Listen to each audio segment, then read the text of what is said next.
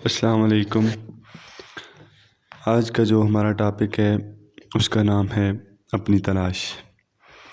تو اپنی تلاش جو ہے کہ وہ انسان کو کرنی چاہیے کہ زندگی میں انسان اپنے بیک کو اور اپنی کس پوزیشن پہ وہ کھڑا ہے، اسے کیا تلاش ہے، کیا کس چیز کی جستجو ہے۔ لیکن ان سب ٹاپک سے پہلے اس کو یہ پہلے دیکھنا چاہیے کہ وہ اپنی تلاش سب سے پہلے اپنی تلاش کرے۔ تو اسٹیو جابس کا یہ بہت ہی خوبصورت جملہ ہے کہ اگر آپ جلد نتائج کے خواہ رہتے ہیں تو میں آپ کو بتا دوں کہ کامیابی میں بڑا وقت لگتا ہے۔ تو اپنا ٹاپک شروع کرنے سے پہلے اور اپنا لیکچر شروع کرنے سے پہلے میں آپ سب کو بتا دوں کہ اس میں 3-4 سوالات ہیں جو میں پہلے آپ سے شیئر کرنا چاہوں گا کہ انسان کو اپنی زندگی میں جو ہے سب سے پہلے اس کو پتہ ہونا چاہیے کہ میں اس دنیا میں کیوں آیا ہوں یا میں کون ہوں، پہلا سوال۔ دوسرا سوال ہے کہ میرا اس دنیا میں آنے کا مقصد کیا ہے۔ تیسرا سوال کہ میں نے اس دنیا میں کون سا کام کر کے جانا ہے جس سے میری دنیا اور آخرت دونوں کامیاب ہو سکے، اور اللہ تعالیٰ کی مخلوق سے کس طرح اللہ تعالیٰ کی مخلوق کی مدد کرنی ہے۔ اور اس کے بعد ان سوالات کی ہم ڈیٹیل میں جائیں گے کہ سب سے پہلے سوال تھا کہ میں کون ہوں۔ جس طرح کہ انسان اگر سوچے اپنی پچھلی زندگی کے بارے میں کہ میں کس طرح اس دنیا میں آیا ہوں اور میں نے اس دنیا میں کون سا کام کر کے اس دنیا سے جانا ہے، تو انسان کی ابتدا ایک بہت ہی دلکش اور بہت ہی اس کو آپ کہیں گے اپنی زبان میں کہ بہت ہی جو ہے نا کہ مشکل ہے کہ جس طرح کہ انسان کی ابتدا ہوتی ہے، انسان کا بچپن کا مراحل گزرتا ہے، پھر جوانی آتی ہے، پھر بڑھاپا آتا ہے، اور کافی اس میں جو ہے نا وہ اور بھی کئی طرح کے مسائل، پریشانیاں، اور ساتھ میں کافی مسائل اس طرح کے اس کے آتے ہیں۔ اور اس کے بعد ہے کہ انسان کو دنیا میں جو ہے نا آنے کا مقصد کیا ہے۔ مقصد اللہ تعالیٰ نے پڑھنا چاہیے، سوچنا چاہیے کہ اللہ تعالیٰ نے مجھے اس چیز پہ غور و فکر کرنا چاہیے کہ اللہ تعالیٰ نے مجھے اس دنیا میں کس لیے بھیجا ہے، اور کن کن چیزوں کو، کن کن اطوار کو میں نے پورا کر کے اس دنیا سے آگے ہمیشہ آنے والی زندگی کی طرف جانا ہے۔ تو اس میں کافی ساری ڈیٹیلز ہیں۔ تو اس کے بعد ہے کہ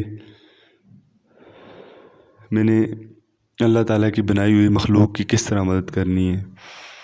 آپ کو چاہیے کہ کوئی انسان کسی مشکلات میں ہے تو آپ کو اس کی مدد کرنی چاہیے، اور مدد اس طرح کرنی چاہیے کہ آپ کو یہ نہ ہو کہ کل آپ اس سے جو آپ اس کی مدد کریں اس کا صلہ دریافت کریں۔ اس طرح نہیں ہونا چاہیے۔ بلا جھجک آپ نے اللہ کی رضا کے لیے کسی کی بھی مدد کرنی ہے تو اس کی مدد کریں۔ تو سب سے پہلے ہم پھر بڑھتے ہیں کامیابی کی جو ہوتی ہے، کامیابی کی نفسیات۔ یہ اس ہمارے ٹاپک ہے، اس کا پہلا لیسن ہے کہ کامیابی کی نفسیات کیا چیز ہے۔ آج جب کسی بھی فیلڈ میں کوئی جملہ بولا جاتا ہے تو دیکھا جاتا ہے کہ اس فیلڈ میں یہ جملہ کب، کہاں، کیوں، اور اس کے پیچھے اس کا منطق کیا تھی، اس کے پیچھے وجہ کیا تھی۔ ان ساری معلومات کو اس چیز کی نفسیات کہا جاتا ہے۔ تاریخ میں بعض عظیم شخصیات نے بہت ہی زبردست جملے کہے ہیں۔ مثال کے طور پر اگر یہ لوگ، مثال کے طور پر نبی صلی اللہ علیہ وسلم کو یہ کہہ رہے ہیں کہ اگر یہ لوگ میرے ایک ہاتھ پر سورج اور دوسرے ہاتھ پر چاند رکھ دیں تو تب بھی میں ان کی بات نہیں مانوں گا۔ یہ رسول اللہ صلی اللہ علیہ وسلم کا جملہ مبارک ہے۔ یہ جملہ آپ صلی اللہ علیہ وسلم نے اس وقت فرمایا تھا جب آپ صلی اللہ علیہ وسلم کے چچا ابو طالب کو مکہ کے سرداروں نے کہا تھا کہ آپ نے محمد صلی اللہ علیہ وسلم سے ایک بار بات کریں کہ وہ جسے چاہیں ہم سے شادی ہم اسی سے ان کی شادی کرائیں گے، جتنا چاہیں ہم ان کو مال بھی دیں گے، جہاں ہم بادشاہ وہ جہاں چاہیں گے ہم ان کو اس جگہ کا بادشاہ بنا دیں گے، جس طرح چاہیں گے ہم ان کو ہم کرنے کے لیے تیار ہیں۔ صرف ایک ہی بات ہماری مان لیں کہ وہ ہمارے بتوں کو برا بلا کہنا چھوڑ دیں، اور جو نیا مذہب لے کر آئے ہیں اسے چھوڑ دیں۔ دنیا کی تاریخ کا یہ سب سے بڑا جملہ تھا۔ جملہ کہنا اگرچہ بڑا آسان ہوتا ہے لیکن اس کو ثابت کرنا بڑا مشکل ہوتا ہے۔ یہ جملہ آپ صلی اللہ علیہ وسلم نے اس دور کا ہے جب آپ صلی اللہ علیہ وسلم کو نبوت کا اعلان کیے ہوئے زیادہ عرصہ نہیں گزرا تھا۔ جب آپ صلی اللہ علیہ وسلم نے یہ نبوت کا اعلان کیے ہوئے زیادہ عرصہ نہیں گزرا تھا۔ یہ ایک ایسا کمال کا جملہ تھا جو پوری دنیا میں جو پوری نفسیات بیان کرتا ہے۔ یہ دنیا میں ایک ایجنڈے کے مخالفین بہت زیادہ ہو گئے تھے تو آپ صلی اللہ علیہ وسلم بالکل اکیلے ہو گئے تھے، لیکن آپ صلی اللہ علیہ وسلم کا عزم اور یقین اور اس کا معیار ہوگا کہ ایک ہاتھ پر چاند اور ایک ہاتھ پر سورج رکھ دیے جائے تب بھی میں ان کی بات نہیں مانوں گا۔ اس کا مطلب یہ ہے کہ آپ صلی اللہ علیہ وسلم نے جس منزل کا انتخاب کیا وہ سورج اور چاند سے بھی کہیں بڑی منزل ہے۔ اکثر لوگ یہ کہتے ہیں کہ ہم مستقل مزاج، پرعزم اور یقین والے نہیں ہیں، تو اس کی ایک وجہ یہ ہوتی ہے کہ انہوں نے جو راستہ چنا ہوتا ہے وہ اتنا چھوٹا ہوتا ہے کہ اس کے لیے وہ خود بھی موٹیویٹ نہیں کر پاتے۔ ہم میں سے ہر شخص کسی نہ کسی راستے پر چل رہا ہے۔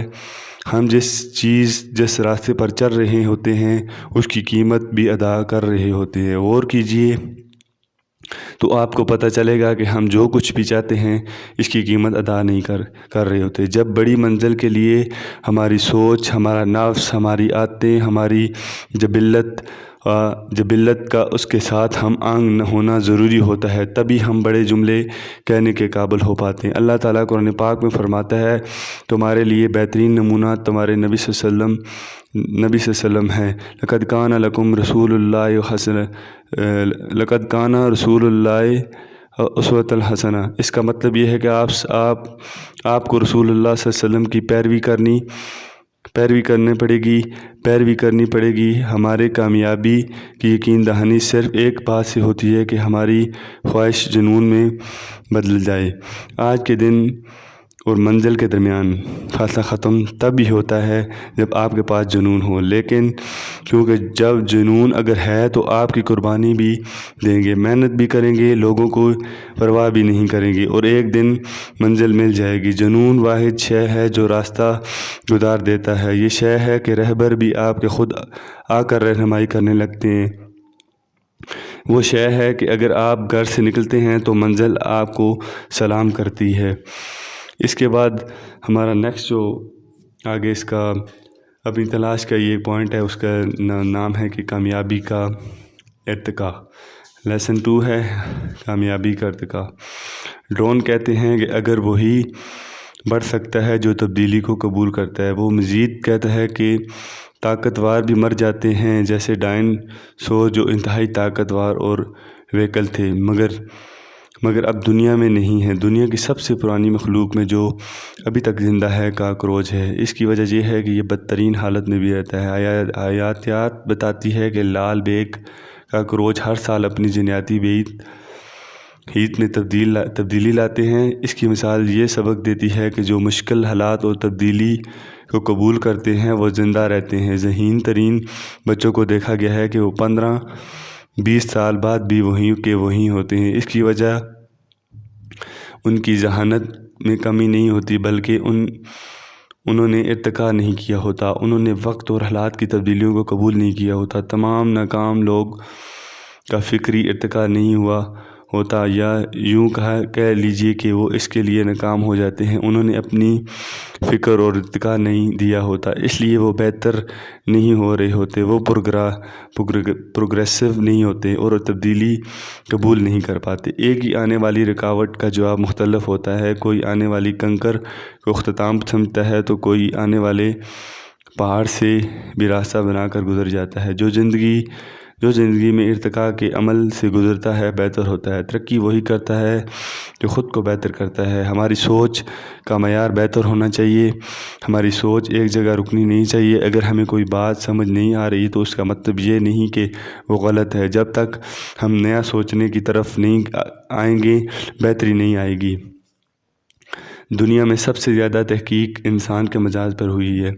وہ لوگ جن میں خودکشی کا رجحان زیادہ ہوتا ہے وہ برسوں بعد بھی ویسے کے ویسے ہی ہوتے ہیں، ان میں کوئی تبدیلی نہیں آتی۔ وہ منفی سوچ رکھتے ہیں، ان کے دباؤ کا عناصر زیادہ ہوتا ہے۔ یہ وہ لوگ ہوتے ہیں جن کا فکری ارتقاء نہیں ہوتا۔ مثال کے طور پر ایک 2 سال کی بچی نے ایک بکرا دیکھا، اس نے اپنی زبان میں اس کا بکا کہا۔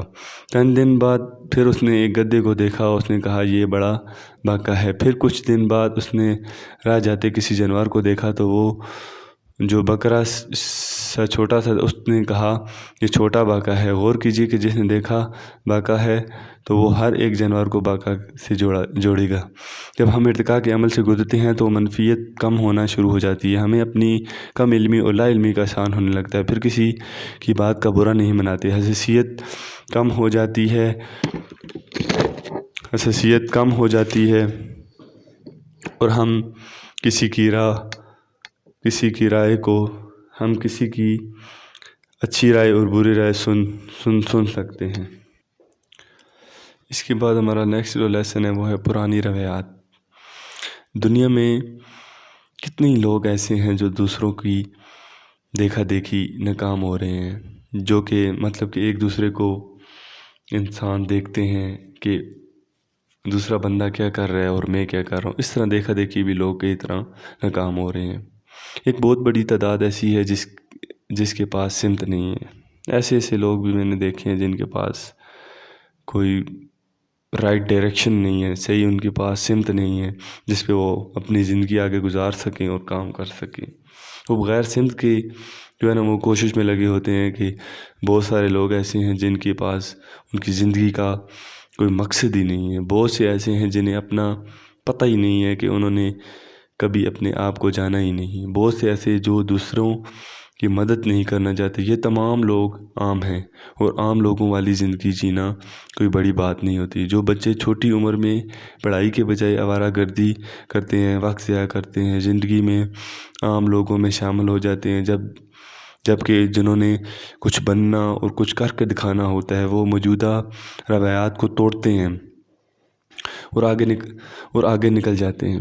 وہ بڑی بات یہ ہے کہ آپ کے خاندان میں آپ کے ارد گرد آپ وہ واحد ہوں جس نے کچھ بن کر دکھایا ہو۔ جو پہلے سے چلا آ رہا ہے اس میں بہت کشش ہوتی ہے، اس کو قبول کرنا بہت آسان ہوتا ہے۔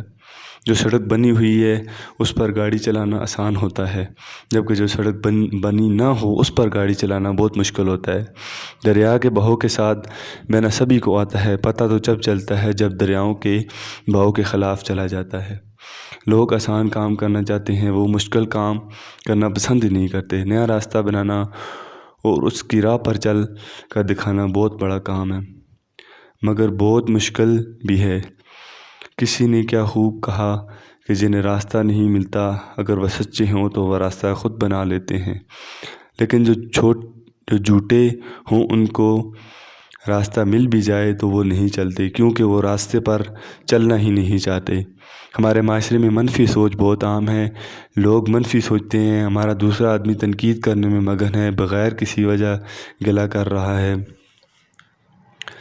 ہر ایک دوسرے کی ٹانگ کھینچنے پر مصروف ہے، ہر دوسرا آدمی بے مقصد ہے، اس کی زندگی میں کوئی مقصد نہیں۔ لوگ اچھے اخلاق نہیں اپناتے کہ ہمیں لوگ کم تر سمجھیں گے۔ یہ سب پرانی روایات ہیں جو معاشرے میں پہلے سے موجود ہیں، وہ چلی آ رہی ہیں۔ ہم جس گھر میں پیدا ہوتے ہیں اپنی مرضی سے تو پیدا نہیں ہوتے، ہمیں گھر مل جاتا ہے۔ اس گھر کی کچھ روایاتیں ہوتی ہیں، اس کا ایک اپنا ایک کلچر ہوتا ہے، وہ چاہے صحیح ہو یا غلط ہو، یہی روایتیں ہماری شخصیت بناتی ہیں۔ اگر ہم چاہتے ہیں کہ کامیابی کے ساتھ زندگی گزاری جائے تو اس سلسلے میں ہمارا پہلا قدم یہ ہونا چاہیے کہ ان روایات کو شناخت کیا جائے جو ہمارے فائدے کی نہیں، اور انہیں چھوڑنے کی کوشش کی جائے۔ جو شے ہمیں فائدہ دے رہی ہے اور کسی نہ کسی دوسرے کو فائدہ دے رہی ہے اسے اختیار کرنا اور اسے اپنا وقت اور توانائی ضائع کرنے سے کیا حاصل ہوگا؟ پرانی بے مقصد روایتوں کو چھوڑ کر ایک نئی روایت کی ریڑھ ڈالیے جن سے آپ کا اور دوسروں کا فائدہ ہو۔ ہم اس وقت کسی ایک اچھی چیز کو نہیں اپنا سکتے جب تک کہ ہمیں اس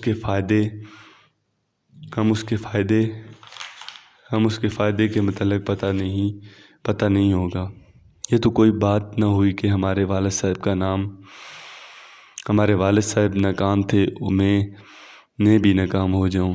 بڑی بات تو یہ ہے کہ میں عام گھر سے تعلق رکھتا ہوں، میرے ارد گرد بھی عام سے لوگ ہوں، لیکن اس کے باوجود میں ایک بڑا انسان بن جاؤں۔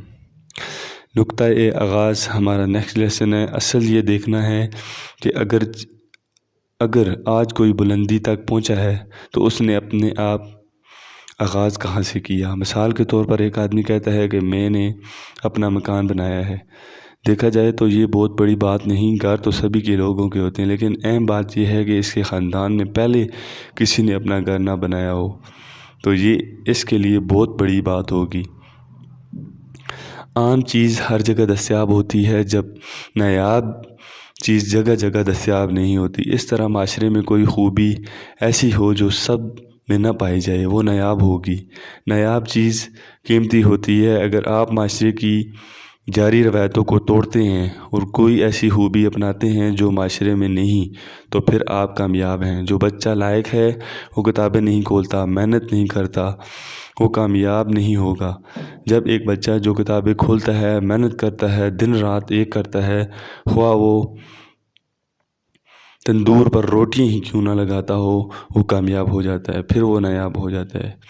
کامیابی کا معیار موجودہ یا گزشتہ حالات سے نہیں لگایا جا سکتا۔ کامیابی کا اصل معیار نتیجہ ہے کہ امیر کا بچہ ہو، امیر بن جانا بڑی بات نہیں، غریب کا بچہ ہو امیر بن جانا غیر معمولی بات ہے۔ فرض کیجئے کہ آپ کے والد صاحب پڑھے لکھے نہیں ہیں، آپ کے گھر میں تعلیم و تربیت نہیں ہے، وسائل نہیں ہیں، اس کے باوجود آپ محنت کرتے ہیں اور آپ کچھ بن کر دکھاتے ہیں تو پھر یہ غیر معمولی بات ہے۔ مثال دینے والے تو بہت ہوتے ہیں مگر مثال بننے والے کم ہی ہوتے ہیں۔ جو فرد مثال بنتے ہیں وہ اپنے معاشرے میں نئی طرح ڈلتے ہیں۔ آپ کامیاب ہونا چاہتے ہیں تو پرانی ڈاگر پر چلنے کے بجائے نئی طرح ڈلنے کی سوچیے۔ اگر آج ہی آپ نے فیصلہ کیجیے کہ مجھے نئی روایتیں اپنی خاندان میں لے کر آنا ہے، میں نے ایک مثال بننا ہے، وہ بنے جس کی مثال دی جائے، لوگ کہیں دیکھو کیا بات کہ آپ نے کتنے مشکل حالات میں، کتنے محدود وسائل میں کمال کر دکھایا۔ اس کے پاس فیس دینے کے پیسے نہیں ہوتے تھے لیکن اس نے اپنی تعلیم جاری رکھی۔ اس طرح کہ یہ جملہ میرے اوپر بہت ہی زبردست فکس آتا ہے، کیونکہ میں نے جو ہے نا تقریباً 2019 میں میں نے جو ڈپلومہ کلیئر کیا تھا، اس کے بعد آج تک میں نے اپنے گھر والوں سے اپنی تعلیم کے خرچے کے لیے کوئی پیسہ نہیں لیا۔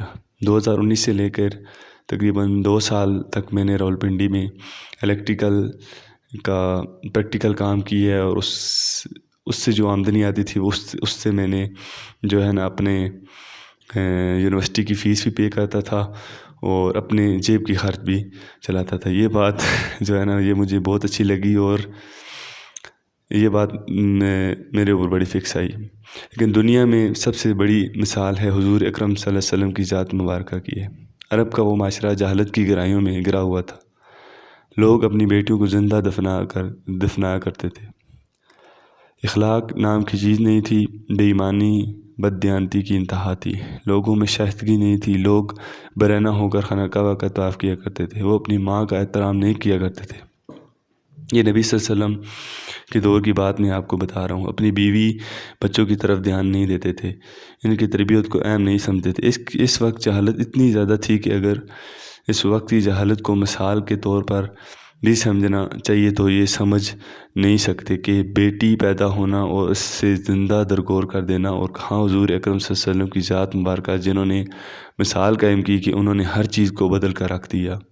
یہاں تک کہ آپ صلی اللہ علیہ وسلم نے فرمایا کہ اگر تمہاری گھر میں بیٹی پیدا ہوئی تو یہ خدا کی رحمت ہے، بیٹی جسے معاشرے میں زندہ دفن کر رہا تھا اس پر رحمت کہہ دیا۔ برصغیر میں اسلام اولیاء کرام کی وجہ سے پھیلا۔ برصغیر میں اسلام کس کی وجہ سے پھیلا، یہ بھی ایک کوشچن ہے۔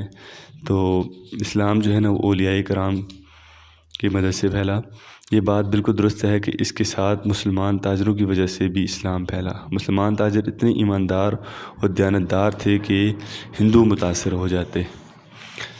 مثال بننا حضور اکرم صلی اللہ علیہ وسلم کی سنت ہے۔ آپ بھی اپنے ارد گرد کے ماحول کے لیے مثال بن سکتے ہیں۔ جہالت، حماقت، غیر سنجیدگی کو چھوڑ کر سنجیدہ ہو جائیے۔ پہلے یہ کام کرے کہ دوسروں کے لیے مثال بن جائیے۔ وہ لوگ جو مشہور ہونا چاہتے ہیں، جو اپنی شناخت بنانا چاہتے ہیں، وہ جو ترقی کرنا چاہتے ہیں، ہماری کامیابی کا پہلا تعلق ہماری شناخت سے ہوتا ہے۔ جن لوگوں میں شناخت کا جذبہ نہیں، وہ ترقی نہیں کرتے، کامیاب نہیں ہوتے، انہیں کچھ کر کے دکھانے کا کوئی شوق نہیں ہوتا۔ جب بعض لوگوں کو کچھ دکھانے کا جذبہ ہوتا ہے، یہ وہ لوگ ہوتے ہیں جن کے اندر شناخت کا جذبہ پایا جاتا ہے۔ بعض لوگوں میں تو یہ جذبہ اتنا زیادہ ہوتا ہے کہ وہ کام کرتے کرتے مر جاتے ہیں، پھر ان کا نام ہمیشہ زندہ رہتا ہے، جسے حضرت قائد اعظم محمد علی جناح، اگر آپ مثال بننا ہے تو آپ اپنی شناخت پیدا کرنی پڑے گی۔ رسول اکرم صلی اللہ علیہ وسلم کی ایک سنت مداوت عمل کا مطلب ہے جو خوبی ایک بار اپنا لی اسے ساری زندگی اپنے اندر رکھنا، اسے کبھی نہ چھوڑنا۔ جیسے آپ صلی اللہ علیہ وسلم اخلاق سب کے ساتھ ساری زندگی اچھا رہا، آپ صلی اللہ علیہ وسلم نے کبھی اخلاق کو نہیں چھوڑا۔ آپ صلی اللہ علیہ وسلم کی دیانتداری تھے، آپ دیانتدار تھے، آپ صلی اللہ علیہ وسلم نے کبھی دیانتداری نہیں چھوڑی۔ آپ صلی اللہ علیہ وسلم کو مثال بنانا تو پھر جن خوبیوں کو آپ اختیار کر لیں انہیں نہیں چھوڑنا۔ یہ نہ ہو کہ آج اخلاق اچھا ہے کل برا ہو گیا۔ کمال تو یہ ہے کہ کوئی شخص آپ کے ساتھ برا ہے تب بھی آپ کا اخلاق اچھا ہو۔ یہ مداوت عمل کی شان ہے۔ جب آپ نئی مثال بناتے ہیں تو دنیا آپ کو بیوقوف سمجھتی ہے۔ یہ لوگ جو ہمارے معاشرے میں آج کل رہ رہی ہیں، یہ لوگ تنقید کرتے ہیں، یہ بات اچھی طرح سمجھ لیتے ہیں کہ ہم زندگی میں اپنے کاموں کے متعلق ہر ایک کو جواب دہ نہیں۔ اسی طرح بعض لوگوں کو جواب زندگی خود دیتی ہے۔ جب آپ کوئی چیز اپناتے ہیں یا کسی چیز کی پیروی کرتے ہیں تو بعض لوگ اس وقت تنقید کر رہے ہوتے ہیں، آپ جواب نہیں دیتے، بس آپ نے انتظار کرنا ہے، زندگی خود ہی انہیں جواب دے گی۔ حضرت واصف علی واصف رحمۃ اللہ فرماتے ہیں، بڑی منزلوں کے مسافر چھوٹے جھگڑوں میں نہیں پڑتے۔ وہ مزید فرماتے ہیں، بڑی منزلوں کے مسافر دل نہیں ہارتے، ان کی ہمت جوان رہتی ہے۔ ہماری سب سے بڑی ناکامی کی وجہ یہ ہے کہ قرآن پاک نہیں پڑھتے اور سیرت نبی صلی اللہ علیہ وسلم کا مطالعہ نہیں کرتے۔ ہم اتنے عجیب لوگ ہیں کہ ہمیں دنیا اور مصنوعی ہیروز کی زندگیوں کا خوب پتہ ہوتا ہے، مگر رسول اکرم صلی اللہ علیہ وسلم کی ذات مبارکہ کے متعلق ہم کچھ نہیں جانتے۔ اگر سیرت رسول سے مطالعہ کیا جائے تو قدم قدم پر رہنمائی ملتی ہے۔ چلیے خود ہی بتائیے کہ ایک کتاب آپ کے گھر جاتی ہے، یہ کتاب آپ کے گھر کے کتنے لوگ پڑھتے ہیں؟ مطالعے کا کلچر کامیابی کی طرف لے کر جاتا ہے۔ جس نے انسان کو سمجھنا ہے وہ حضرت آدم علیہ السلام کو پڑھے، جس نے بہترین انسان کو سمجھنا ہے وہ رسول اللہ صلی اللہ علیہ وسلم کی سیرت مبارک کو پڑھے۔ یہ جملہ مجھے بہت پسند ہے کہ وہ جس نے انسان کو سمجھنا ہے وہ حضرت آدم علیہ السلام کو پڑھے، اور جس نے بہترین انسان کو سمجھنا ہے وہ رسول اللہ صلی اللہ علیہ وسلم کی سیرت مبارکہ کو پڑھے۔ دیکھیں آج ہم در بدر بھٹک رہے ہیں، ہمیں یہ کام نہیں ہو رہا، ہمارا یہ کام صحیح نہیں ہو رہا، ہماری فلاں جگہ یہ کام ہو رہا ہے، فلاں جگہ یہ کام ہو رہا ہے، ہم خود ٹھیک ہیں، یہ غلط ہو رہا ہے، وہ غلط ہو رہا ہے۔ کسی کو غلط کرنے کی کوئی ضرورت نہیں ہے۔ دیکھیں جب تک ہم اپنی نبی صلی اللہ علیہ وسلم کی زندگی پر، ان کے بتائے ہوئے طریقے پر، ان کی سنت پر، ان کی حدیث پر اور قرآن پاک پر، ان چیزوں پر ہم جب تک عمل نہیں کریں گے، ہم اپنی زندگی میں اور نہ ہی آخرت میں کبھی بھی ہم کامیاب نہیں ہو سکتے۔ یہ بات آپ اپنے پلو سے باندھ لیں کہ جب تک ہم نبی صلی اللہ علیہ وسلم کی زندگی کے بارے میں پڑھیں کہ ان کی زندگی کس طرح گزری، کتنی مشکلات آئیں ان کی زندگی میں، پھر بھی انہوں نے ہمت نہیں ہاری۔ اور کافی واقعات ہیں نبی صلی اللہ علیہ وسلم کی زندگی میں، آپ پڑھیں، پہلے ان کی سیرت پڑھیں، پھر اپنی زندگی کا موازنہ کریں کہ میں کہاں پہ کھڑا ہوں اور میرے نبی کی زندگی کیا تھی، آج میں کیا کر رہا ہوں، وہ نبی صلی اللہ علیہ وسلم نے کیا کیا اتنے ٹف حالات میں، مشکل حالات میں، انہوں نے کس طرح مقابلہ کیا، اور آج میں اتنے مشکل حالات میں کھڑا ہوں اور میں کیا کر رہا ہوں۔ ہم تو ذرا سی مشکل آن پڑتی ہے تو سب کچھ بھول جاتے ہیں، نہ اپنا دین یاد رہتا ہے، نہ خدا یاد رہتا ہے، نہ نبی یاد رہتا ہے۔ یہ کیسی زندگی ہے؟ خدا کے لیے اپنی زندگی کو صحیح ٹریک پر لگائیں اور اس کو صحیح گزاریں، اصولوں کے تحت گزاریں، اپنے دین کے مطابق گزاریں، تاکہ ایک پل کا بھی بھروسہ نہیں کہ زندگی کب ختم ہو جائے، ایک منٹ کا بھی بھروسہ نہیں کہ ہم جو ہے نا کہ اس زندگی سے رحلت فرما کر ہمیشہ والی زندگی میں چلے جائیں۔ خدا کے لیے ہوش کے ناخن لیں، اور یہ کام، یہ جھوٹ بولنا، یہ بد اخلاقیاں، یہ جھگڑے لڑائیاں، یہ ہمارا حصہ نہیں ہے دین کا۔ خدا کے لیے ان کاموں کو چھوڑیں اور اپنے دین کی طرف آئیں۔ جو باتیں ہمیں ہمارے دین نے بتائی ہیں ہمیں ان پہ چلنا ہے، ان پہ لوگوں کو دعوت دینی ہے۔ پھر آج جو یہ نیا ٹرینڈ شروع ہو جاتا ہے کہ یار یہ تبلیغ کرتے ہیں، ان کا اپنا حالات ٹھیک نہیں ہے، اپنا گھر ٹھیک نہیں ہو تو یہ تبلیغ کے لیے نکل جاتے ہیں۔ کسی کے اوپر کوئی انگلی نہ اٹھائیں کہ فلانا بندہ تبلیغ کر رہا ہے، فلانا شیعہ ہے، فلانا سنی ہے، جو بھی ہے، جو کوئی بھی ہے، آپ نے بات خود صحیح رہنا ہے اور اچھائی کی دعوت دینی ہے۔ آگے وہ ان کی مرضی ہے، وہ قبول کریں یا نہ کریں۔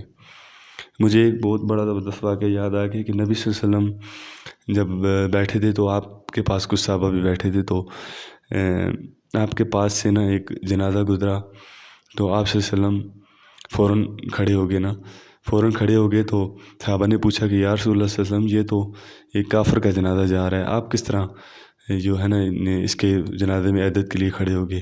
آپ صلی اللہ علیہ وسلم نے فرمایا، ہے تو کافر لیکن ہے تو انسان نا۔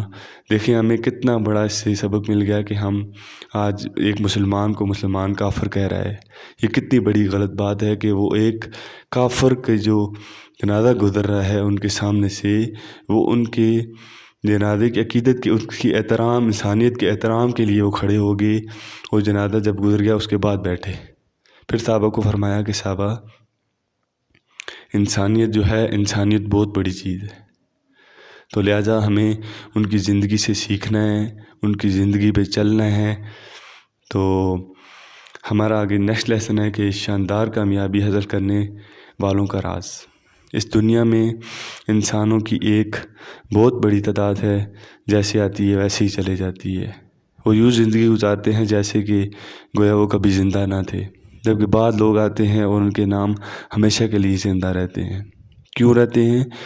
کہ دونوں کی زندگیوں میں صرف ایک فرق ہوتا ہے، وہ فرق کامیابی ہے۔ وہ کامیابی جو انہوں نے حاصل کی ہوتی ہے، ان کی کامیابیوں میں اتنا طاقت ہوتی ہے کہ دنیا کے ساتھ ان کا مضبوط تعلق بن جائے۔ ایک لڑکا جب کلاس میں پڑھتا ہے تو کوئی اس کے ساتھ کھانا پسند نہیں کرتا، پھر ایک وقت آیا کہ دنیا اسے نیپولین کے نام سے جاننے لگی۔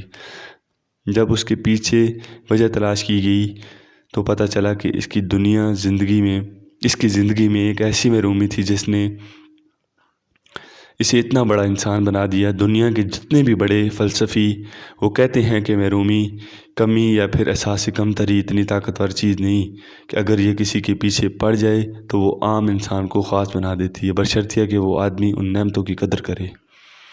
محرومی کی لعنت، ایک لڑکی کو ایک لڑکے سے محبت ہوگی۔ لڑکی ایک غریب گھرانے سے تعلق رکھتی تھی، جبکہ لڑکا کا تعلق ایک امیر گھرانے سے تھا۔ اس کا نیکسٹ لیسن ہے جو محرومی جو ہوتی ہے، وہ محرومی کی جو لعنت ہے، اس میں ہمارے پاس ایک ایسی محرومی، احساس کمتری یا ایسی کوئی بھی بے عزتی نہیں ہوتی جو طاقت بن کر ہمیں چلنے پر مجبور۔ احساس کمتری میں اتنی طاقت ہے کہ اسے ختم کرنے سے اتنی محنت کرتے چکر میں آدمی اتنی محنت کرتا ہے کہ ساری دنیا پیچھے رہ جاتی ہے اور وہ آگے نکل جاتا ہے۔ تو دنیا میں سب کے ساتھ کوئی نہ کوئی محرومی، کوئی وسائل، کوئی خامی ضرور ہوتی ہے، لیکن کامیابی اور ناکامی لوگوں کے ان کی محرومی کے جوابات مختلف ہوتے ہیں۔ کیسی محرومیاں ہوں، کیسے ہی حالات ہوں، اگر آپ کامیاب ہونا چاہتے ہیں تو ان باتوں پر عمل کیجیے۔ اپنی ذات کو سمجھنا، سب سے پہلے انسان کو اپنے آپ کو سمجھنا چاہیے کہ میں کون ہوں، میں کس سٹیج پہ کھڑا ہوں، میں نے کرنا کیا ہے، میں نے جانا کہاں ہے، اور میں نے اپنی فیملی کو کس طرح سپورٹ کرنا ہے، اور اپنے معاشرے کو کس طرح سپورٹ کرنا ہے، اپنے خاندان کو کس طرح سپورٹ کرنا ہے۔ سب سے پہلا اپنی ذات کو سمجھنا ہے۔ جب آپ اپنے اندر خود کو تلاش کریں گے تو ہمیں کئی قسم کی محرومیوں، خوف، تنقید اور کئی خامیاں نظر آئیں گی۔ ہمیں ان خامیوں اور محرومیوں کو ختم کرنا ہوتا ہے۔ اکثر دیکھا گیا ہے کہ 70 سال کا بوڑھا مگر اس کی عادتیں 100 سالہ بچے کی طرح ہیں۔ یہ اس لیے ہے کہ اس نے بچپن کی خامیوں کو دور نہیں کیا۔ جو ایڈیسن کی عمر جب 12 سال تھی تو اس کی لیبارٹری کو آگ لگ گئی، پوری لیبارٹری جل گئی۔ وہ باہر کھڑا ہوا دیکھ رہا تھا۔ جب ساری لیبارٹری جل گئی تو اس نے کہا کہ اب نئے سرے سے کام کرنے کا موقع ملے گا۔ یہ وہ لوگ ہیں جنہوں نے وقت پر اپنی محرومیوں کو منظم کر لیا۔ اگر آپ اس وقت طالب علم ہیں تو اپنی خامیاں تلاش کرنا اور کھوجنے کی یہ آئیڈیل عمر ہے۔ اگر آپ اس وقت اپنی خامیوں کو تلاش کر لیتے ہیں تو آنے والی زندگی آسان ہو جائے گی۔ اس کے بعد ہمارا نیکسٹ ٹاپک جو ہے نا وہ شروع ہوگا کہ اپنے اندر جو ہے نا وہ ٹیلنٹ کی دریافت کس طرح کی جائے۔ تو اپنے ٹاپک کی طرف بڑھتے ہیں۔ تو جو انسان جس میں جو ٹیلنٹ ہوتا ہے وہ کس طرح اپنا جو ہے نا ٹیلنٹ کو جان سکتا ہے کہ میں نے اپنی پریکٹیکل لائف میں یا اپنی لائف میں کس طرح کے اپنے ٹیلنٹ کو یوز کرنا ہے اور اپنی زندگی کو آسان اور منظم بنانا ہے۔ کامیاب ہونے کے لیے دوسرا کام اپنی بہترین صلاحیتیں تلاش کرنا ہے، یعنی کہ اپنا ٹیلنٹ۔ اللہ تعالیٰ نے ہر شخص کو ایک کام ایسا دیا ہوتا ہے کہ اس جیسا کسی دوسرے کے پاس نہیں ہوتا، یعنی کہ ٹیلنٹ ایک ایسی چیز ہے کہ ہر انسان میں مختلف ہوتا ہے۔ جس طرح کہ کسی میں کوئی اور ٹیلنٹ ہے، آپ میں کوئی اور ٹیلنٹ ہے، تیسرے بندے میں کوئی اور ٹیلنٹ ہے، یکساں بھی ہو سکتا ہے، لیکن زیادہ تر ٹیلنٹ جو ہوتے ہیں وہ ہر انسان سے اللہ تعالیٰ جو ہے نا کوئی کام لے رہا ہوتا ہے۔ یہ کام آگے چل کر عزت، پیسہ، تعلقات کی تشکیل کرتا ہے۔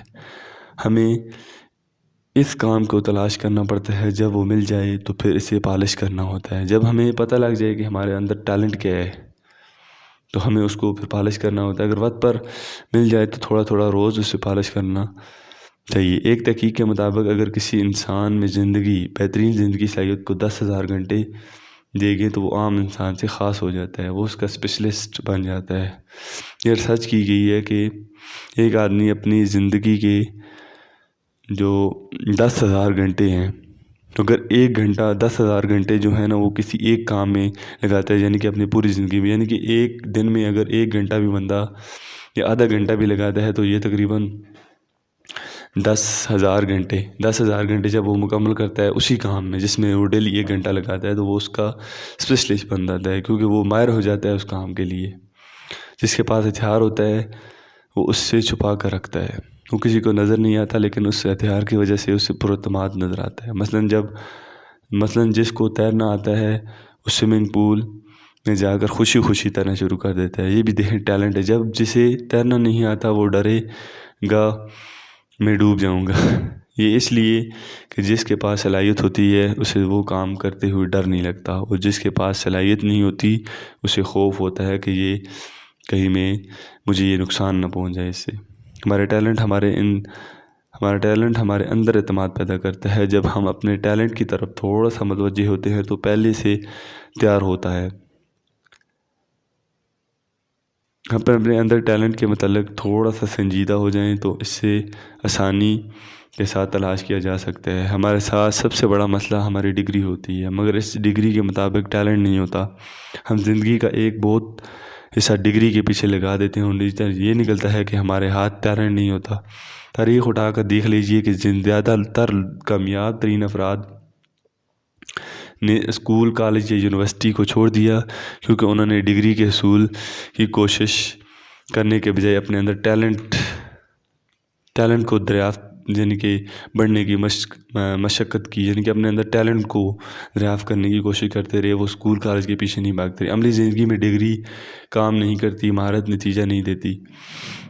جو عملی زندگی ہے اس میں آج دیکھ لیں کہ پڑھے لکھے بے روزگار نوجوان جو پھر رہے ہیں، اس کی وجہ کیا ہے؟ وجہ صرف ایک ہی ہے، ان کے پاس ڈگری تو ہے لیکن ان کے پاس کوئی ٹیلنٹ نہیں ہے۔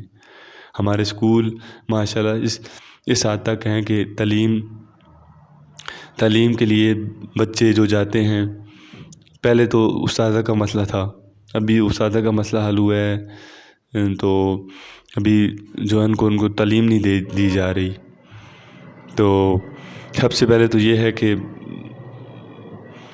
تعلیم تو ہم دے رہے ہیں لیکن اپنے بچوں کو کوئی اسکل نہیں دے رہے۔ تو آنے والا دور جتنا بھی ہے، یہ آن لائن سسٹم ہے، جتنا بھی ہے، یہ تعلیم بھی شاید آن لائن ہو جائے، تو ان سے ہمارے بچوں کو جو ہے نا یہ بہت بڑا نقصان ہے۔ ہم صرف ان کو تعلیم اچھی بات ہے دینی چاہیے، لیکن ساتھ میں ہمیں جو شروع سے ہے نا، جو جب سے ہم اپنے بچوں کو اسکول بھیجتے ہیں تب سے ان کو اسکول کے ٹائم کے بعد یا اسکول میں ہی ان کے پاس جو ہے نا ایک اسکل ہونی چاہیے، کافی قسم کی اسکل کا مثلا ان کا لیکچر ہونا چاہیے، ایک آدھ پیریڈ ہونا چاہیے کہ جس میں ان کو اسکل ٹیلنٹ کے بارے میں بتایا جائے کہ آپ نے اگر ساتھ ساتھ تعلیم بھی حاصل کرنی ہے اور ساتھ ساتھ اپنے کوئی اسکل بھی جو ہے نا سیکھنی ہے، کیونکہ اگر یہ تو آپ کا لک ہے کہ آگے جا کے آپ کو اگر تعلیم کی وجہ سے کوئی اچھی جاب اپرچونیٹی آتی ہے تو آپ اس کو ٹک کرتے ہیں اور اس میں فیلڈ میں داخل ہو جاتے ہیں۔ لیکن اگر آپ کے پاس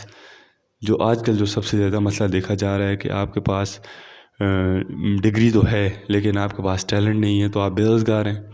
تو اس لیے میرا کہنے کا مطلب یہ ہے کہ ہمیں اپنے ٹیلنٹ کو سمجھنا چاہیے، دیکھنا چاہیے کہ میرے اندر کون سا ٹیلنٹ ہے، پھر اس ٹیلنٹ کے اوپر کام کرنا چاہیے۔ پالش کرنا اس کا مطلب کہ ہمیں اس ٹیلنٹ پر کام کرنا ہے کہ میرے اندر یہ صلاحیت ہے، تو میں اپنی اس ٹیلنٹ یا اس فیلڈ میں اتنا ٹائم لگاؤں کہ مجھے اس ٹائم میں اس چیز کا ماہر ہو جاؤں، تو آنے والے وقت میں کسی اور کو بھی یہ ٹیلنٹ آگے سرو کر سکوں، دے سکوں، سکھا سکوں، کیونکہ یہ ساری زندگی اور اس کے بعد آخرت کا ایک ذریعہ بن جاتا ہے۔ جب انسان دنیا سے چلا جاتا ہے پھر بھی وہ اپنا جو اس میں ہنر ہوتا ہے، جو ٹیلنٹ ہوتا ہے، پیچھے اپنے شاگرد کو دیا ہوتا ہے، تو وہ جب تک وہ اس ٹیلنٹ کو یوز کر کے یوٹیلائز کر کے اپنی حلال کی روزی کما رہا ہوتا ہے، تب تک اب اس استاد کو، اپنے ٹیچر کو وہ دعا اور وہ ملتی رہتی ہے۔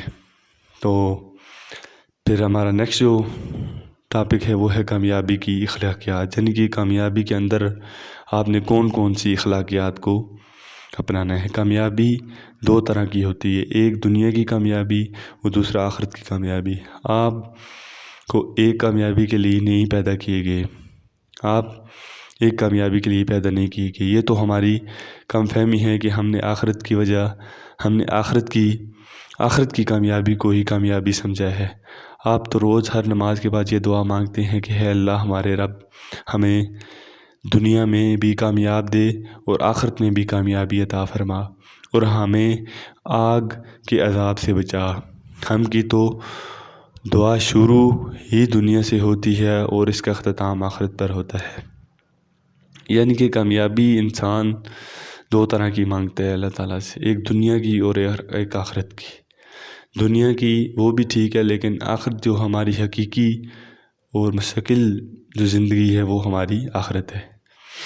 دو طرح کے لوگ ہوتے ہیں، کچھ لوگ کاروبار بڑھاتے ہیں اور کچھ لوگ نے کاروبار کر کے تجربہ کیا ہوتا ہے۔ کتنا فرق ہے کہ ایک استاد آپ کو تیر کی لیکچر دے اور خود کبھی اس نے تیر کی نہ کی، تو کتنی عجیب بات لگتی ہے کہ ایک استاد آپ کو یہ سکھائے کہ آپ 1 کروڑ روپے کیسے کمایا جا سکتا ہے، اور اس نے کبھی 1 کروڑ دیکھا ہی نہ ہو۔ کتنا عجیب لگتا ہے کہ ایک استاد آپ کو اخلاقیات کے بارے میں سمجھائے اور اس نے کبھی اخلاقیات کی پیروی کی ہی نہ ہو۔ کیا عجیب بات ہے کہ ایک استاد بہادری کی بات کرے اور ساتھ ہی کہے کہ مجھے ڈر بہت لگ رہا ہے۔ کیا کمال کے استاد لیکچر دے کے فاقے کی عظمت، کیا قناعت ہے۔ تو سب سے پہلے کہ استاد کو بھی ایک جو ہے نا وہ اپنی پریکٹیکل لائف میں جو ہے اس میں کوئی اس کے لیے کسی اس میں اپنی ماہر کی ہو، کیونکہ جب تک وہ خود ہی کسی اسکل یا ٹیلنٹ میں وہ خود ہی اس نے کام نہیں کیا ہوگا تو وہ اپنے اسٹوڈنٹس کو کیا ٹیلنٹ کے بارے میں بتا سکے گا۔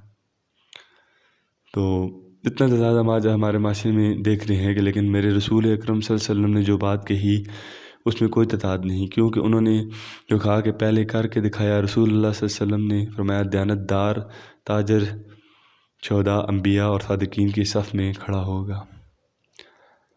آپ صلی اللہ علیہ وسلم نے تجارت کر کے دکھایا کہ یہی حقیقت ہے۔ تو ہمارا نیکسٹ جو ٹاپک ہے وہ ہے کہ آپ اپنے اندر یقین پیدا کریں کہ میں یہ کام کر رہا ہوں تو اللہ تعالیٰ مجھے اس میں ضرور کامیابی عطا فرمائے گا۔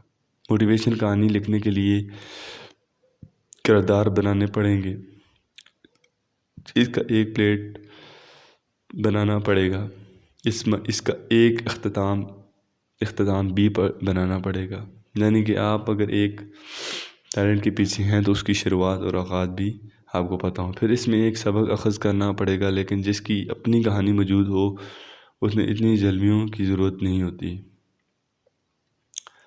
ناکوے چیچ ایک ایسی ہی زندہ اور سچی کہانی ہے جس نے اپنی زندگی بغیر بازوں اور بغیر ٹانگوں سے شروع کی۔ اس نے جب ہوش سنبھالا تو اس کی زندگی میں پہلا احساس یہ ہوتا ہے کہ مجھے مر جانا چاہیے، میں زندہ کیوں ہوں، مجھے خودکشی کر لینی چاہیے، ڈوب کر مر جانا چاہیے۔ خود کو دنیا سے دور کر لینا کا احساس دنیا کا منفی ترین احساس ہے، لیکن اس احساس سے اپنی زندگی شروع کرنے والے جب اتنا بڑا ٹرینڈ بن جائے کہ دنیا کے بڑے بڑے جگہوں پر اس کے لیکچر ہو رہے ہوں، لوگ اس کو سن کر روئیں، زندگیاں بدل جائیں، وہ کہیں اسے نے میری زندگی تک بدل دی، کیا ہی حیرت انگیز مناظر ہوں گے۔ کہ کہتا ہوں کہ نہ بازو نہ ٹانگیں نہ کوئی ہاتھ، لیکن اس کے باوجود میری کوئی حد نہیں ہے، مجھے کوئی روکنے والا نہیں ہے۔ قدرت نے میرے ساتھ خاص رویہ بنایا تھا کہ میں کچھ کروں۔ یہ سب بڑا یقین ہے جو آدمی کو بہت کچھ کرنا پر کھڑا کر دیتا ہے، کچھ کرنے کا کھڑا کر دیتا ہے۔ ہمارے ساتھ چھوٹا سا مسئلہ آتا ہے کہ دو ہمیں چیخیں مارتے ہیں، آسان سر پر اٹھا لیتے ہیں کہ ہم اپنے مسئلے کو سب سے بڑا مسئلہ سمجھتے ہیں۔ مسئلے کی اوقات تو شاید بہت ہی چھوٹی ہوتی ہے، لیکن دراصل ہم خود کو مسئلے سے بہت چھوٹا سمجھنے لگتے ہیں۔ کیا خوبصورت کہا ہے کہ میں ان حادثوں سے مر چکا ہوں جو ابھی ہوئے ہی نہیں ہیں۔ کہ یہ انسان کہہ رہا ہے کہ جو حادثے ہوئے ہی نہیں میں ان سے پہلے ہی مر چکا ہوں۔ انسان چیزوں کو اتنا بڑھاوا دیتا ہے کہ وہ ہر چیز اتنی ہی بڑی ہوتی ہے ہی نہیں، وہ صرف وہم میں ہوتے ہیں۔ وہ کہتے ہیں کہ سارے میرے خلاف ہیں، میرے ساتھ ہی کیوں ہوتے، میرا کیا قصور ہے، ترقی ممکن نہیں، سب کچھ قسمت ہے، اندھیری ہی اندھیری، میری ٹانگیں کیوں کھینچی جاتی ہیں، مگر یہ نہیں دیکھتا کہ ان سارے واقعات کے پیچھے کیا معنی پوشیدہ ہے۔ جب آپ کی زندگی میں اس احساس کو واضح کر لیتا ہے کہ تو آپ کا سفر شروع ہو جاتا ہے کہ یہ حقیقت ہے کہ جو دنیا کے شب و روز کو خود تلاش کرتا ہے دراصل وہی حقیقی زندگی گزارتا ہے۔ مسئلہ یہ ہے کہ ہم سب کچھ کرتے ہیں، خوشی غم مسئلے تنقید رکاوٹیں لڑائی جھگڑے سب ہماری زندگی میں آتے ہیں۔ ان تمام حالات میں ہم طرح طرح کے حل تلاش کرتے ہیں، مگر ہم خود تلاش نہیں کرتے، وہ سب سے بڑی چیز ہے کہ آپ جس فیلڈ میں جس آپ نے خود کو تلاش کرنا ہے یا اپنے ٹیلنٹ کو تلاش کرنا ہے، اس میں سب سے بڑی چیز ہوتی ہے شوق۔ اگر انسان کے پاس جو ہے نا وہ اپنے پروفیشنل کو وہ ٹک کرتا ہے کہ میں نے یہ کام کرنا ہے، تو اس کو سب سے پہلے اپنے اندر یہ دیکھنا چاہیے کہ اس کام کے لیے میرے اندر دلچسپی کتنی ہے، جستجو کتنی ہے، اس کام کو میں کتنے عرصے تک اس کو میں کر سکتا ہوں۔ اگر تو تھوڑے عرصے کے لیے ہے تو وہ آپ کا پیشن نہیں ہے. اپنے پیشن کو جو ہے وہ آپ کو شوق ہوگا، نہ آپ دن دیکھیں گے نہ رات دیکھیں گے. آپ نے اس کام کے لیے کہیں کہ آپ نے اس کام کے لیے اپنی زندگی صرف کرنی ہوگی. اتنا آپ کے پاس جو ہے نا وہ اتنا زیادہ آپ کے پاس وہ شوق ہو اس فیلڈ میں، اس کام کے لیے. کیونکہ جو بڑے لوگ ہیں وہ انہوں نے دن اور رات دونوں ایک کیے، اور تب جا کے وہ آج اس کامیابی کے راہ پر گامزن ہیں. کیونکہ انہوں نے اپنا شوق، اپنا پیشن اس فیلڈ میں اتنے اس کو ماہر بنا دیا کہ وہ کامیابی کی سیڑھی عبور کرتے جا رہے ہیں. وہ ایک بڑا خوبصورت جملہ تھا اس باکسر کا، میرے ذہن میں نہیں آ رہا، محمد قلعے میرے خیال میں اس کا نام تھا. تو اس نے جو ہے نا وہ اپنا باکسنگ میں جو ہے نا جب اس کا مقابلہ ہوا نا تو اس نے ایک پنچ لگا کے نا وہ اس کو جو ہے نا وہ مار دیا تھا نا، جو اس کے مد مقابل تھا. تو اس محمد قلعے سے کسی نے پوچھا کہ آپ نے اتنی آسانی سے ایک پنچ میں ہی اس کو مار دیا.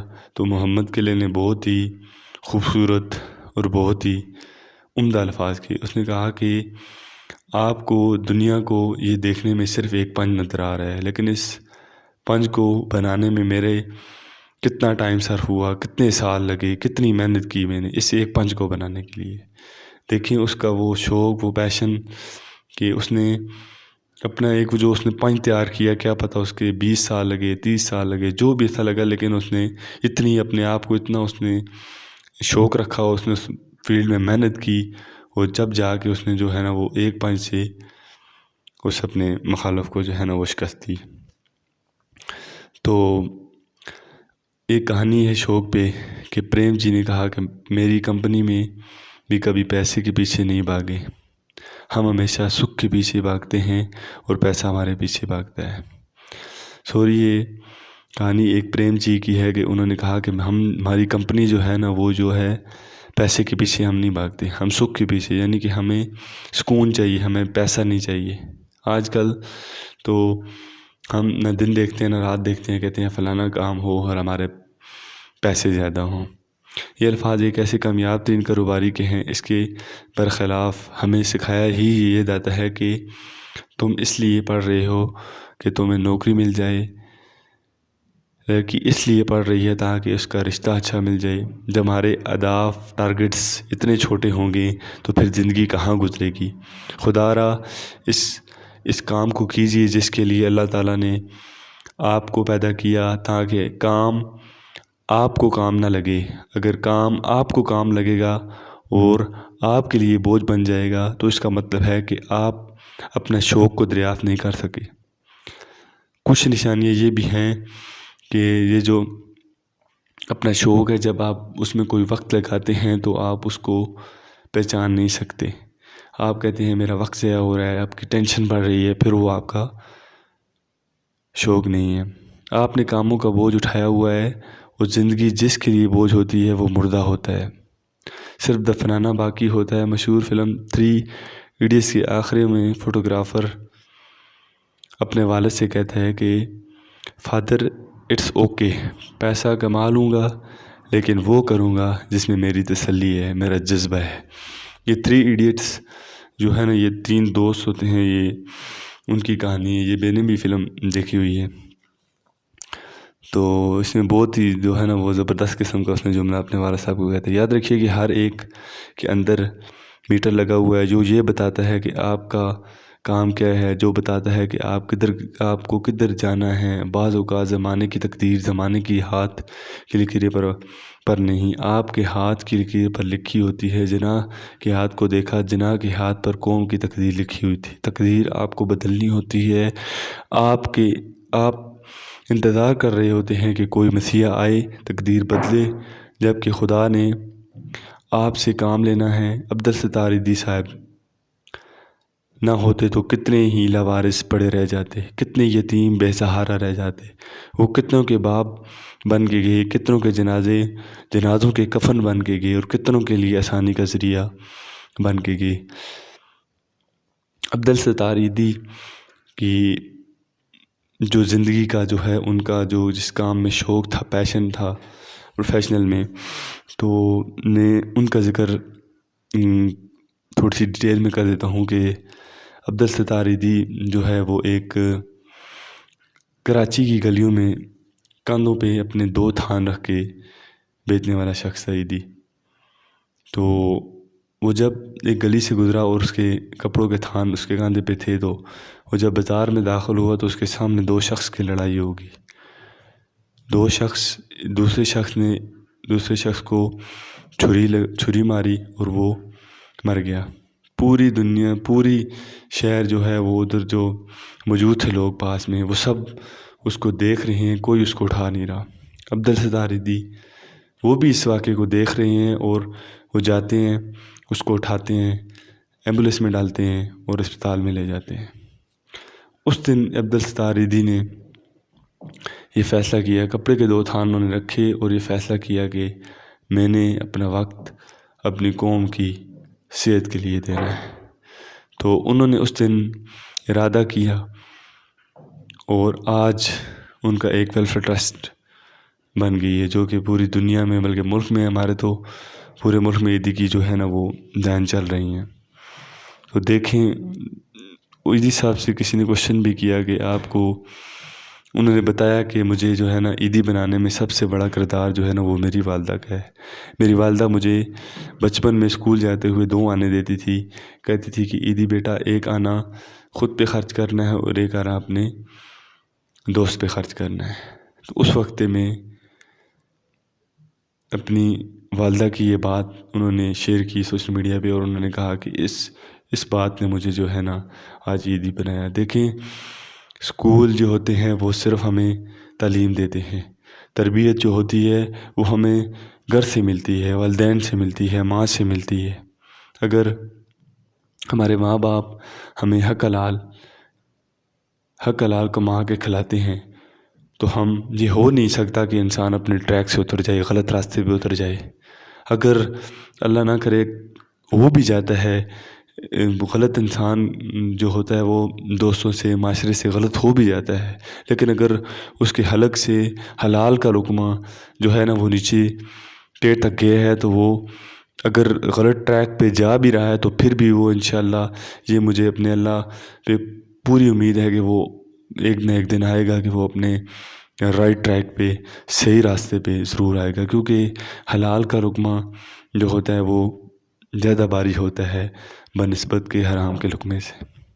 تو ہمیں سب چیزوں کا خیال رکھنا چاہیے دنیا میں جو بھی کام ہو رہے ہیں، لیکن جو میری جو ہے وہ سب سے، میں کہہ لوں کہ جو میں اپنے ذہن، اپنے دل و دماغ اپنے سوچتا ہوں کہ سب سے پہلے جب انسان ایک ہوش سنبھالتا ہے یا کچھ کمانے کے قابل ہو جاتا ہے تو اسے اپنے والدین کے لیے جو بھی ہونا چاہیے اسے اپنے والدین کے لیے کرنا چاہیے، کیونکہ والدین دنیا میں ایک ایسی ہستی ہوتی ہیں، اور خاص کر آج کل کے معاشرے میں، کہ وہ بہت کچھ، وہ ان کے پاس نہ بھی ہو تو پھر بھی وہ کہتے ہیں کہ میری اولاد جو ہے نا وہ بھوکی نہ سہے یا اچھا نہ پہنے، یا لوگوں کو اچھا اس کو امپریشن پڑنا چاہیے کہ میرے بچے نے اچھے کپڑے پہنے ہوئے ہیں، اچھا اس نے جوتے پہنے ہوئے ہیں، اچھا وہ مثلاً اس کا چلنا پھرنا۔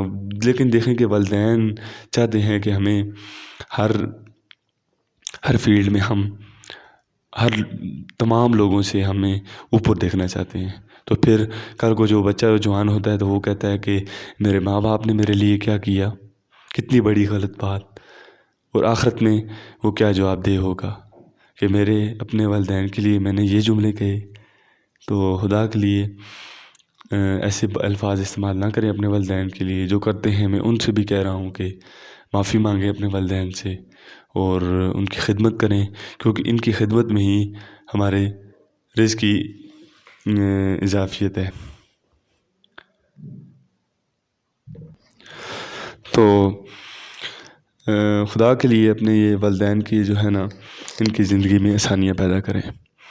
اگر آپ اللہ نہ کرے کہ آپ اس مقام پہ نہیں ہیں کہ آپ ان کے ساتھ جو ہے نا وہ فائنینشلی یا اس طرح کی کر سکیں ہیلپ، لیکن آپ کم از کم ان کے الفاظ، ان کے کہے ہوئے بات ان کا جواب ضرور دیں، پازیٹیو جواب دیں. تو آپ پھر نگیٹیو کی طرف چلے جاتے ہیں کہ میرے لیے والدین نے کیا کیا، آج کیا کر رہے ہیں، آنے والی زندگی میں انہوں نے کیا کرنا ہے. یہ تو آپ کے اپنا مسئلہ ہے، اپنی تقدیر ہے کہ اللہ تعالیٰ نے آپ کی قسمت، آپ کی تقدیر میں کیا لکھا ہوا ہے. تو پلیز یہ بات مانیں کہ اپنے والدین جو ہے نا وہ زندگی میں آپ جتنی ان کی خدمت کریں گی اتنی وہ جو ہے نا آپ زندگی میں کامیاب ہوں گے.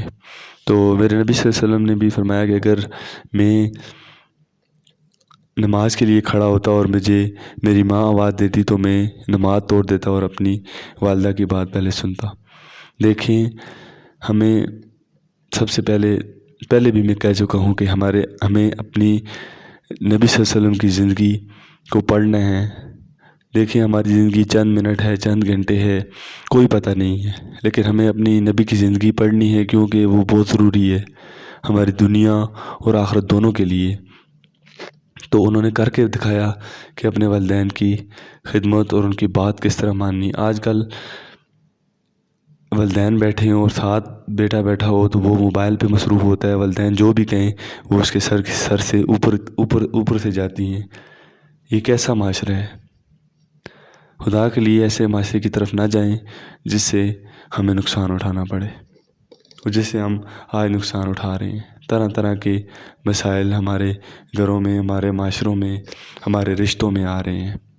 تو سب سے پہلے جو یہ رشتہ ہے، خاص کر میں نے دیکھا ہے کہ جو لوگ جب شادی شروع کر دیتے ہیں تو میں نے دیکھا ہے کہ جو لوگ شادی شدہ ہوتے ہیں وہ زیادہ تر اپنے والدین کو ہے نا میں الفاظ استعمال کرنا چاہتا ہوں کہ وہ اوائڈ کرتے ہیں. اچھا، حالانکہ یہ بہت مناسب الفاظ ہیں لیکن کہنے پڑتے ہیں کیونکہ میں نے اپنی ریئل لائف میں جو ہے نا یہ الفاظ دیکھے ہیں کہ ایسے لوگ میں نے دیکھے ہیں کہ جو اپنے جو ہے نا شادی کے بعد اپنے والدین کو گھر سے باہر نکالتے ہیں. یار یہ کیسا ہم نے مذہب یا کیسی ہم نے یہ زندگی جو ہے نا یہ جینی شروع کر دی ہے. تو خدا کے لیے اس طرح نہ کریں، اپنے والدین کو وقت دیں، ان کی بات سنیں. یہ تو دیکھیں دنیا ہے نا، دنیا میں اتار چڑھاؤ آتے رہتے ہیں. آپ کہ فائنینشیل طور پر کبھی کم ہے، کبھی اللہ کرے گا آپ سیٹل ہوں گے، لیکن دیکھیں ٹائم لگتا ہے، کوئی بھی چیز ہے اس میں ٹائم لگتا ہے. تو یہ نہ ہو کہ آپ ابھی فائنینشلی طور پہ پیچھے ہیں لیکن آپ کے پاس اللہ تعالیٰ نے آپ کو والدین کی نعمت دی ہوئی ہے. آپ نے اگر آج اپنے والدین کی نعمت کو ان کی قدر نہیں کی تو کیا پتہ کل آپ فائنینشلی طور پہ بہت سٹیبل ہو جائیں، آپ ایک مقام پہ پہنچ جائیں، لیکن جب آپ وہی سوچ آپ کو اس مقام پہ آئے کہ میں نے واپس جا کے اپنے والدین کی اب خدمت کرنی ہے، تو آپ کو پیچھے مڑ کے ٹھنڈی مٹی ملے ان کی قبر کی، تو کیا اس وقت کیا آپ کے جذبات ہوں گے، کیا احساسات ہوں گے کہ جنہوں نے اپنی ساری زندگی صرف کر کے تمہیں پالا، تمہیں پوسا، آج تم اس مقام پہ ہوئے ہو کہ ان کو سکھ دے سو لیکن ان کا ٹائم ختم. تو یہ جو باتیں میں نے آج کی ہیں ان پہ عمل کریں، اور ان میں کوئی قسم کی کوئی غلطی گنجائش ہے تو وہ آپ مجھے جو ہے نا وہ کمنٹ کریں کہ مسعود بھائی آپ نے یہ بات غلط کی ہے. لیکن دیکھیں میرا اپنا جو جذبہ ہے وہ اللہ تعالیٰ میرے اندر قائم رکھے. میرا اپنا ایک شوق ہے اپنی فیلڈ میں کہ میں جو ہے نا ایک آپ کے ساتھ شیئر کر دیتا ہوں کہ میرا شوق ہے میں ایک ٹیچر بنوں، کیونکہ ٹیچر کی جتنی رسپیکٹ ہوتی ہے اتنی کہ میں نے کہ کسی معاشرے میں اتنی رسپیکٹ نہیں دیکھی جتنی کہ میں نے ایک ٹیچر میں دیکھی ہے. تو انشاءاللہ پھر میں آخر میں اپنی جو ہے نا وہ اپنی والدین کے بارے میں کہوں گا کہ انہوں نے بہت سی مشکل اٹھائی ہے ہمیں اس مقام پر پہنچانے کے لیے، لیکن جو ہے نا کہ تو میں اپنے والدین کے بارے میں جو ہے نا وہ کہنا چاہتا ہوں کہ دیکھیں اولاد جو ہوتی ہے نا وہ والدین کو برابر ہوتی ہے. تو ان میں کچھ دیکھیں، آپ کے اگر 2 بھائی ہیں، 3 بھائی ہیں، 1 بھائی ہے، 2 بہنیں ہیں، 3 بھائی ہیں، 1 بہن ہے، جو بھی ہے، لیکن ان میں سے ایک میں نے جو یہ دیکھا ہے کہ صرف کیا ہے، جو معاشرے میں نے دیکھا ہے کہ ایک جو اولاد میں بیٹا ہو یا بیٹی ہے وہ لکی ہوتی ہے۔ کیوں؟ کہ جس کی طرف والدین کی اٹریکشن زیادہ ہوتی ہے، اس کی بھی والدین کی طرف اٹریکشن زیادہ ہوتی ہے، اور والدین کی بھی اٹریکشن اپنی اس بیٹا بیٹی کے لیے زیادہ ہوتی ہے۔ یہ کیا وجہ ہے؟ یہ وجہ اس لیے کہ میں یہ خود نہیں کہہ رہا کہ میں جو ہے نا وہ بہت تابع دار ہوں یا اس طرح کا ہوں کہ میری والدین کی طرف، یہ آپ دیکھ بھی لیں، اور کئی جو ہے نا اپنے معاشرے میں یا اس طرح دیکھ بھی لیں کہ کچھ والدین جو ہے نا وہ اپنی جو ہے نا اولاد میں سے کسی ایک کی طرف زیادہ وہ متوجہ ہوتے ہیں۔ یہ ایک قدرتی عمل ہے، لیکن میں نے جو ہے نا کہ نماز میں جو ہے نا آپ جب اتحیات کے بعد دعا پڑھتے ہیں نا، اتحیات کے بعد درود پڑھتے ہیں، درود کے بعد دعا ہے نا، اس سے پہلے آپ ایک دعا لازمی پڑھا کریں، کیونکہ میں نے جو ہے نا جب سے یہ دعا پڑھنا شروع کی ہے تو اس سے جو ہے نا آپ کے والدین میں جو ہے نا یہ تعلقات بہت اچھے رہتے ہیں۔ ربی جہلنی مقیم الصلاۃ ومن ذریتی ربنا وتقبل دعا ربنا اغفر لی ولوالدی وللمؤمنین یوم یقوم الحساب۔ یہ دعا آپ نماز کی سلام پھیرنے سے پہلے آپ ضرور یہ پڑھیں۔ اللہ تعالیٰ جو ہے نا آپ اور آپ کے والدین کے درمیان میں جتنے بھی ہیں، اللہ تعالیٰ اس کی جو ہے نا وہ محبت ڈال دے گا۔ تو میں نے یہ آزمائی ہوئی بات ہے۔ اور دوسرا کہ ان کی الفاظ کی قدر کریں، اور جو کہیں وہ بات ان کی غور سے سنیں۔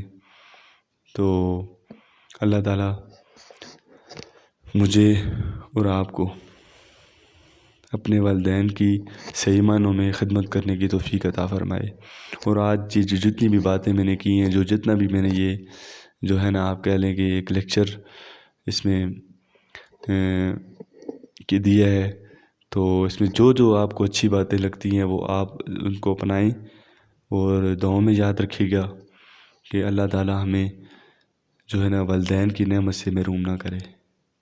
ہمیں ان سے پہلے محتاج ہے والدین سے۔ کیوں کہ میں یہ اپنے لیے یہ الفاظ استعمال کرتا ہوں کہ اللہ تعالیٰ اگر میرے والدین میں کچھ ہوتا ہے تو اللہ تعالیٰ مجھے پہلے کچھ کرے۔ کیوں کہ میں اپنے والدین سے بہت زیادہ محبت کرتا ہوں، بہت ہی زیادہ، اور خاص کر کے ماں سے، کیونکہ میں اس طرح جو ہے نا مائک پہ یا اپنے اس طرح سوشل میڈیا پہ یا اس طرح بیان نہیں کر سکتا کہ میری جو ہے نا میں اپنی والدہ کے لیے میرے دل میں کیا عزت ہے، کیا احترام ہے، کیا یہ ہے۔ بس جو بھی ہے وہ جو ہے نا میں کہتے ہیں کہ کچھ ایسی باتیں ہوتی ہیں، محبت ہوتی ہے جو انسان بیان نہیں کر سکتا۔ تو وہ صلاحیت میرے اندر اللہ نے، میرے رب نے میرے اندر رکھی ہے کہ میں اپنی جو والدہ ہے نا، میں کہہ نہیں سکتا، کیا پتہ کل کیا ہو جائے، لیکن اللہ کرے کہ یہ محبت ہمیشہ میری جو ہے نا میرے دل میں ہے، وہ ان کے لیے قائم و دائم رہے۔ اور اللہ تعالیٰ ان کو کچھ ہونے سے پہلے اللہ تعالیٰ وہ بیماری، وہ موت، جو بھی ہے وہ اللہ تعالیٰ مجھے دے، کیونکہ میں یہ اپنی زندگی میں یہ صرف کر چکا ہوں کہ مجھے جو ہے نا والدہ کی جدائی کے بغیر میری زندگی جو ہے نا بہت ہی کہہ لیں کہ ناممکن ہے، کیونکہ میں اس حد تک جو ہے نا ان سے محبت کرتا ہوں۔ اگر وہ گھر میں نہ ہوں تو میں لازمی کس سے پوچھتا ہوں کہ میری والدہ صاحب کدھر گئی ہیں۔ حالانکہ یہ الفاظ ہر فرد، ہر آدمی کے وہ اس طرح دل میں اور دماغ میں نہیں ہوتے، لیکن میں جو ہے نا یہ پوچھتا ہوں کہ میری والدہ صاحب کہاں گئی ہیں۔ اگر وہ گھر میں ہوں تب بھی میں پوچھتا ہوں وہ کہاں گئی ہیں، ان سے بھی پوچھتا ہوں وہ گھر میں ہیں یا نہیں۔ دیکھیں یہ ایک محبت کا ایک ذریعہ ہے نا کہ آپ جب بھی کہیں باہر کام سے سوشل ورک سے گھر واپس آتے ہیں تو میں پہلا کوشچن نہیں کرتا ہوں کہ میری والدہ صاحب کہاں ہیں۔ تو پلیز اپنی زندگی میں ان کو ویلیو دیں. اور اس پہ میں الگ ایک لیکچر اس پہ بھی دوں گا، تو کیونکہ یہ بہت ہی لینتھی ٹاپک ہے والدین کے بارے میں اس میں کافی معلومات اور بھی آپ کو جو ہے نا اس میں دوں گا. تو کوئی غلطی ہوئی تو اسے معاف کیجیے گا، اور جو باتیں میں نے کی ہیں پلیز ان پہ عمل